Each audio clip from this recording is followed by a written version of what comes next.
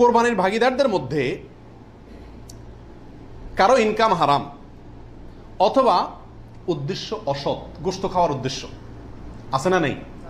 কোরবানি না দিলে ছেলে মেয়েগুলা কার দিকে চেয়ে থাকবে, কোরবানি না দিলে নতুন আত্মীয় তারা কি বলবে, ব্যয়ের বাড়িতে রান কেমনে পাঠাবো, এরকম অনেক উদ্দেশ্য থাকে কি থাকে না? সারা জীবন দিয়ে আসছি, এবছর না দিলে সমাজে মুখ থাকে না, মানুষ কি বলবে, এই মানসিকতা নিয়ে কোরবানি অনেকে দেন না।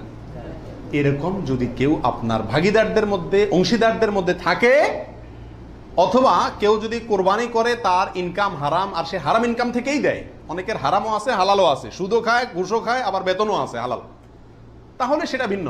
একজনে কোরবানির পশুতে হারাম ইনকাম ইনভেস্ট করছে আপনি জানেন, অথবা তার উদ্দেশ্য অসৎ, তাহলে এই পশুতে আপনি এবং আরো যে কয়জন অংশগ্রহণ করবে কারোর কোরবানি হবে না।